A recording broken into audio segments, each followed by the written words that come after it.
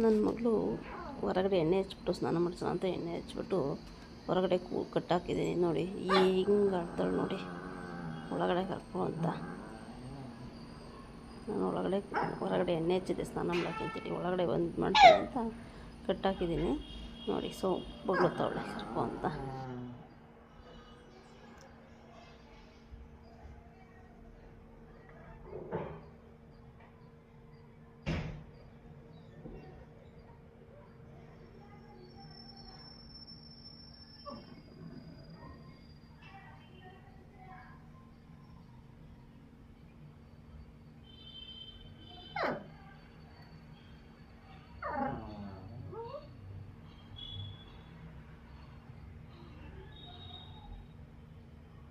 ಒಳಗೆ ಬರ್ಬೇಕೆ?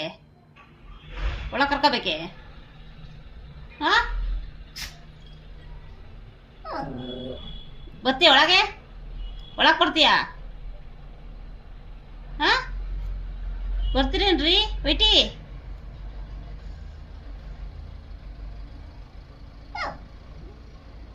ಕರ್ಕೋಬೇಕು ಒಳಗೆ?